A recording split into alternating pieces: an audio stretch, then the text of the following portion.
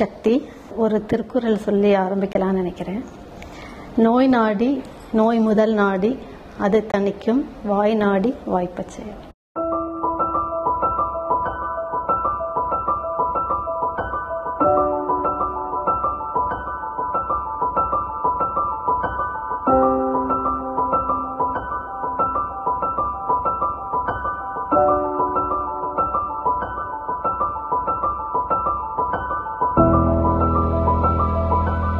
Central lab அதில் என்னென்னலாம் பண்ணுறாங்க அப்படிங்கிறத கொஞ்சம் ஹைலைட் பண்ணலான்னு ஆசைப்பட்றேன். இதில் 3 பிரான்ச்சஸ் இருக்குது. Microbiology, biochemistry, pathology. So 3 major டிவிஷன்ஸ்னு இருக்குது. ஸோ நோயோட தன்மைகளும் வகைகளும் பல இருக்குது.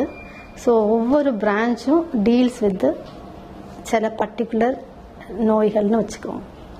ஃபார் எக்ஸாம்பிள் இப்போ மைக்ரோபயாலஜி அப்படின்னு சொன்னால் நுண்கிருமிகள்னால நிறைய நோய் வரும். இந்த இப்போ ஹெச்ஐவிங்கிறாங்க, டெங்குங்கிறாங்க, டைஃபாய்டுங்கிறாங்க, எல்லாம் micro organism R நுண்கிருமிகள்னால.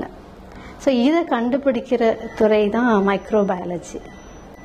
So biochemistry R உயிர் வேதியியல் துறைன்னு சொல்லுவாங்க. நம்ம பாடி நார்மலாக ஃபங்க்ஷன் ஆகி ஆரோக்கியமாக இருக்கணும்னா அதுக்கு எனர்ஜி வேணும். அந்த எனர்ஜி பாடியில் ப்ரொடியூஸ்டு பை நிறைய மெட்டபாலிக் ரியாக்ஷன்ஸ்.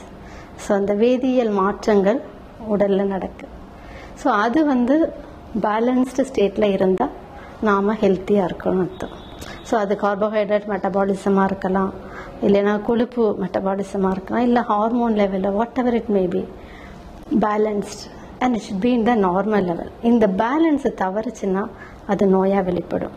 ஸோ அந்த பயோகெமிக்கல் பேராமீட்டர்ஸ் பேலன்ஸ்டாக இருக்கா, நார்மலாக இருக்கா அப்படிங்கிறத செக் பண்ணுறது பயோகெமிஸ்ட்ரி டிபார்ட்மெண்ட். ஸோ 3வது பெத்தாலஜி. ஸோ பெத்தாலஜி இது நிறைய சப்டிவிஷன்ஸ் இருக்குது. அதில் ஒன்று ஹெமட்டாலஜி. ஸோ ரத்த அணுக்களை சோதிக்கிற பிரிவு.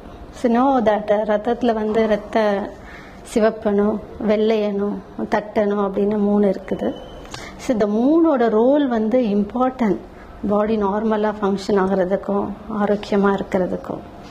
ஸோ அந்த எனர்ஜின்னு சொன்னால அந்த எனர்ஜி ப்ரொடியூஸ் ஆகிறதுக்கு தேவை ஆக்சிஜன். அந்த ஆக்சிஜனை இந்த ரத்த அணு தான் எடுத்துகிட்டு உடலில் எல்லா இடத்துக்கும் போகுது. ஸோ அது நார்மல் அளவுலையும் இருக்கணும், அதோட ஃபங்க்ஷனும் நார்மலாக இருக்கணும். ஸோ அதை இந்த ஹெமட்டாலஜியில் செக் பண்ணுறாங்க. இன்னொன்று வெள்ளையணுங்கிறது.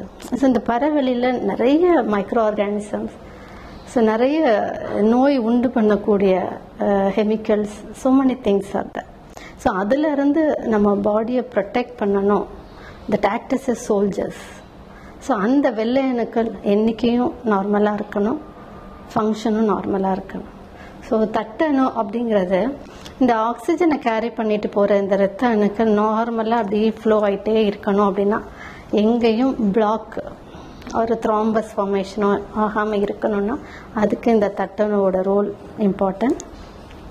அதே மாதிரி அடிபட்டுச்சு அப்படின்னா ரொம்ப ரத்தம் போகுது அப்படின்னா அது உடனே நிற்கிறதும் இந்த தட்டணுவோட ரோல். ஸோ நம்ம நார்மலாக ஆரோக்கியமாக இந்த நுண்கிருமிகளால் நிறைஞ்சிருக்கிற இந்த என்விரான்மெண்ட்டில் வாழணும் அப்படின்னா இந்த 3 செல்ஸும் நார்மலாக அளவுலையும் இருக்கணும், ஃபங்க்ஷனும் இருக்கணும். ஸோ அதை இதை பேசிக் டெஸ்ட்டுன்னே சொல்லுவாங்க. ஒரு பர்சன் ஆரோக்கியமாக இருக்கானான்னு பார்க்கணும், இந்த 3 நார்மலாக இருக்கா. ஸோ பேசிக் டெஸ்ட்டுன்னு சொல்லுவாங்க. இது பண்ணுற பிரான்ச்சு ஹெமட்டாலஜி. ஸோ அடுத்து சைட்டாலஜின்னு சொல்லுவாங்க. சைட்டாலஜினா நம்ம பாடி நிறைய திசுக்களுடைய கூட்டமைப்பு, ஒவ்வொரு திசுவும் நிறைய செல்களுடைய கட்டமைப்புன்னு வச்சுக்கோங்க. ஸோ இந்த செல்லு நார்மலாக இருக்கா இல்லை டேமேஜ்டுனா என்ன மாதிரியான நோய் அப்படின்னு கண்டுபிடிக்கணும்னா அந்த செல்லை தனியாக எடுத்து பரிசோதிக்கிறது. எஸ்பெஷலி இது கேன்சர் செல்லா இல்லை சாதாரண செல்லா அப்படின்னா தெரிஞ்சுக்கணும்னா அதை சைட்டாலஜின்னு சொல்லுவாங்க. இப்போ கர்ப்பவாய் புற்றுநோயோ இல்லை உடலில் எங்கேயாவது கட்டி எதுவும் இருக்குன்னா அது என்ன மாதிரியான கட்டி, இது கிருமி கட்டியா இல்லை கேன்சர் கட்டியா, இதெல்லாம் தெரிஞ்சுக்கணும் அப்படிங்கிறது சைட்டாலஜி. ஸோ இன்னொன்று ஹிஸ்டோபெத்தாலஜின்னு சொல்லுவாங்க. அது திசு சோதனைன்னு.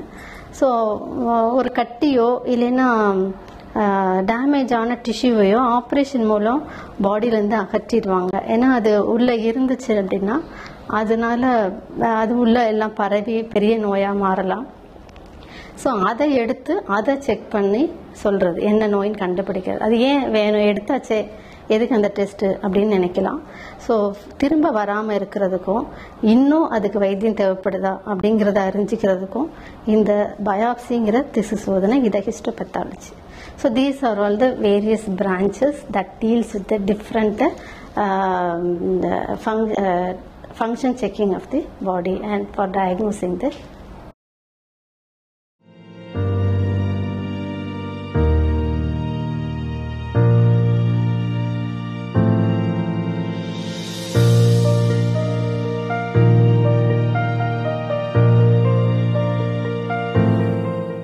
ஸோ எங்கள் லேபோட ஹைலைட்ஸ் அப்படின்னு சொல்லணும் அப்படின்னு சொன்னோன்னா குவாலிட்டி கான்செப்டை வந்து மோட்டோவாக வச்சு எல்லா ஸ்டாஃபும் வேலை செய்கிறோம்.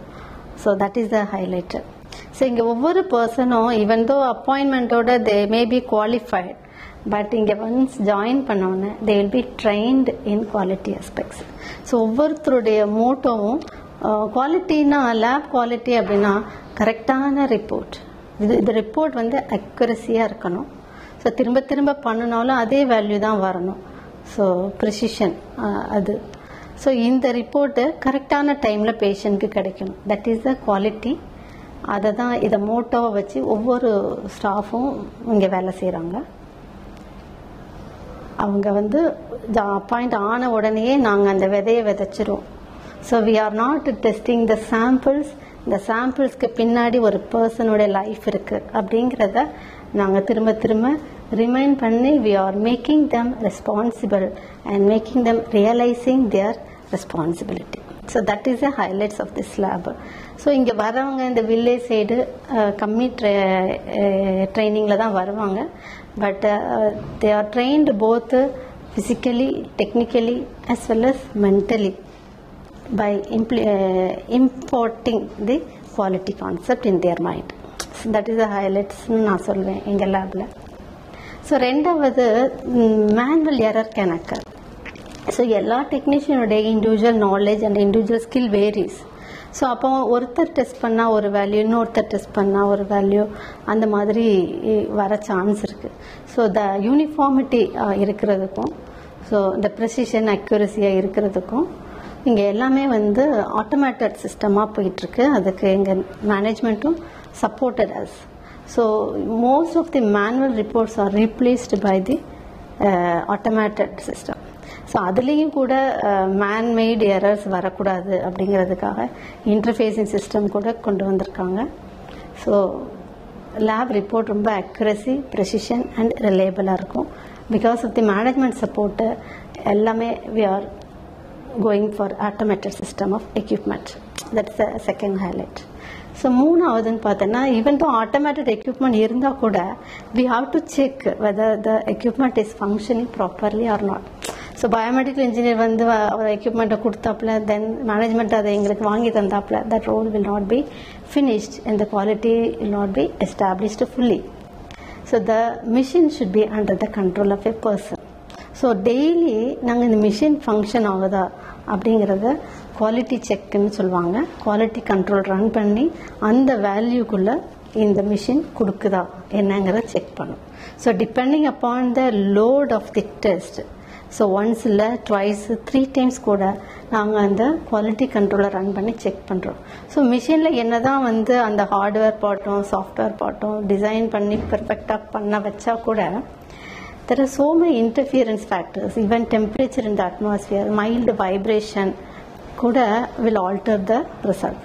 இன்னொன்று சாம்பிள் குவாலிட்டி கூட எங்களுக்கு எரர் இன்டியூஸ் பண்ண சான்ஸ் இருக்குது. So technicians are train to check the quality of the sample whether it will give a correct report or not. இல்லை அதில் டவுட் இருக்குது அப்படின்னு சொன்னோன்னா we will repeat the sample. ஏன்னா அவர் மோட்டோ இஸ் அக்யூரேட் ரிப்போர்ட். ஏன்னா அதுதான் வந்து பேஷண்ட்டோட ட்ரீட்மெண்ட்டை டிசைட் பண்ணது. ஸோ அந்த இது இருக்குது. குவாலிட்டி கண்ட்ரோலுக்கு it's quite expensive. Management is providing by spending lot of amount of money to us. நாங்கள் வந்து அந்த குவாலிட்டி கண்ட்ரோலை ரன் பண்ணி மிஷினை செக் பண்ணி அது ஓகேன்னு ஆன பிறகு தான் நாங்கள் டெஸ்டிங்கை ப்ரொசீட் பண்ணுறோம். ஒன்று. இன்னொன்று, குவாலிட்டி கண்ட்ரோல் செக் பண்ணும்போது மிஷின் வந்து இஸ் நாட் கிவிங் கரெக்ட் வேல்யூனா will stop the test and get the opinion from the service person. அதை கரெக்ட் பண்ணதுக்கப்புறம் தான் we are proceeding. So we are concentrating and giving more importance to the quality of the report. இதெல்லாம் வந்து quantitative reportக்கு சொல்கிறேன். இது so manual error will be avoided by automated system. Automated system function check by running a quality control. So these R quantitative டெஸ்ட்டுக்கு இந்த மாதிரி பண்ணுறோம். Qualitative டெஸ்ட்டுன்னு சொல்லுவாங்க. So இருக்கா இல்லையா, மலேரியா பாசிட்டிவா நெகட்டிவா, இல்லை ஹெச்ஐவி பாசிட்டிவா நெகட்டிவா. ஸோ இதை வந்து டெக்னீஷியன்ஸ் பண்ணினாலும் they have to show it to the concern specialist. அவங்க அதை கிராஸ் செக் பண்ணிட்டு தான் we will release the report. So again I am stressing the accuracy of the report and the quality of the lab. So மூணாவது descriptive ரிப்போர்ட்னு சொல்லுவாங்க. இந்த cytology biopsy that is usually done by the doctors. Here so many specialists are there in ஒவ்வொரு டிபார்ட்மெண்ட்லேயும். So communication between the faculties and discussion about the doubts and final release of a quality report. So quality we are implementing, so you can rely on our reports. That is a second highlights. So third thing, என்னதான் நாங்கள் எத்தனை பேர் இருந்து discuss பண்ணி release பண்ணாலும் weather we are right அப்படிங்கிறத check பண்ணிக்கிறதுக்கும் பீரியாடிக்கலாக நாங்கள் எங்களை இம்ப்ரூவ் பண்ணிக்கிறதுக்கும் எங்கள் மேனேஜ்மெண்ட்டு ஈக்வாஸ் ஃபெசிலிட்டிஸ்க்கும் ப்ரொவிஷன் கொடுத்துருக்காங்க. ஈக்வாஸ் அப்படின்னா external quality assurance. So 3 டிபார்ட்மெண்ட்லேயும் we have tie-up with the higher centres. Example பார்த்தீங்கன்னா ஹெமட்டாலஜிக்கு எய்ம்ஸோட டைப் வச்சுருக்கோம். பயோகெமிஸ்ட்ரிக்கும் இதுக்கும் வந்து மைக்ரோபயாலஜிக்கும் சிஎம்சி வெள்ளூரோட வச்சுருக்கோம். சைட்டாலஜிக்கும் ஹிஸ்டோபெத்தாலஜிக்கும் லக்னோவில் ஒரு ஆர்எம்எல்னு ஒரு லேப். ஸோ அவங்க வந்து 3 monthsக்கு ஒரு நேரம் எங்களுக்கு சாம்பிள் அனுப்புகிறாங்க. நாங்கள் செக் பண்ணி அந்த ரிப்போர்ட் அனுப்புகிறோம். ஸோ அந்த பியர் குரூப் மாதிரி ஃபார்ம் பண்ணி நம்மளுடைய ரிப்போர்ட் கரெக்டாக என்ன அதையும் பீரியாடிக்கலாக வி ஹவ் கலெக்டட். அதை செக் பண்ணி அதில் எதுவும் எரர் இருக்குது அப்படின்னா அதையும் நாங்கள் இம்ப்ரூவ் பண்ணிக்கிட்டே இருக்கிறோம். ஸோ நமக்கு குவாலிட்டி கான்செப்டை மோட்டோ வச்சு போயிட்டுருக்கோம். அதில் சக்ஸஸ்ஃபுல்லாகவும் போயிட்டுருக்கோம். That is additional highlights.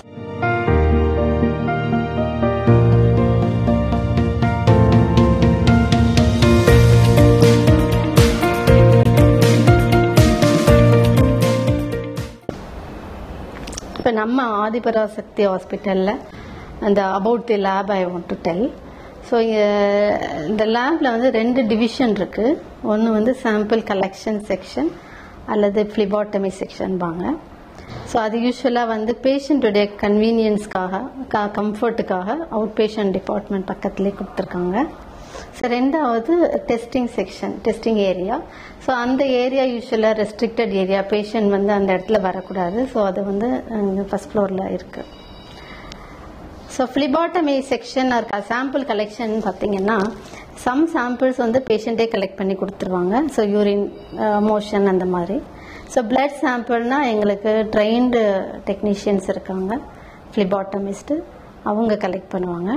இப்போ சைட்டாலஜி பயாப்சி அந்த மாதிரினா doctors will collect the sample. Sometimes சில அப்நார்மலாக பாடியில் எங்கேயாவது ஃப்ளூயிட் கலெக்ட் ஆகிருக்கு அப்படின்னா அந்த கலெக்ஷன் கேன்சர்னாலையா இல்லைன்னா டிபினாலையா அப்படின்னு பார்க்கணும்னா அதுவும் doctors. So sample collection is டெக்னீஷியன்ஸும் பண்ணுவாங்க, டாக்டர்ஸும் பண்ணுறாங்க. So that area is in the downstairs for பேஷண்ட்டுடைய கன்வீனியன்ஸ்க்காக. ஸோ டெஸ்டிங் செக்ஷனுங்கிறது இங்கே ஃபர்ஸ்ட் ஃப்ளோரில் இருக்குது. Different subdivisions, sample collection area, processing area, இந்த எல்லா டிவிஷன்ஸும் செப்பரேட்டாக அது ஃபங்க்ஷன் ஆகுது. இந்த டெக்னீஷியன்ஸ் எல்லாமே trained in that particular section. And இன்னொரு ஹைலைட்ஸ் என்னன்னா இந்த 3 டிஃப்ரெண்ட் டிபார்ட்மெண்ட்ஸ்க்கும் specialist doctors are there and under their supervision and guidance technicians are testing. So the quality of the reports is reliable one. 10வது 12வது மட்டுமே படித்த DMLT டெக்னீஷியன்கள் ஒரு மனித உயிரை காப்பாற்ற செய்யும் லேப் டெஸ்டிங் பணிகளின் தரத்தை எப்படி ஏற்றுக்கொள்வது? டாக்டர்கள் வேண்டுமென்றே பிளட் டெஸ்ட், ஸ்கேன், எக்ஸ்ரே என மருத்துவ பரிசோதனைகளை செய்ய சொல்கிறார்களா? லேப் டெஸ்டிங் முடிவுகள் பரிசோதனை செய்யப்படுகின்ற மையத்திற்கு மையம் மாறுபடுகின்றதே, எதனால்?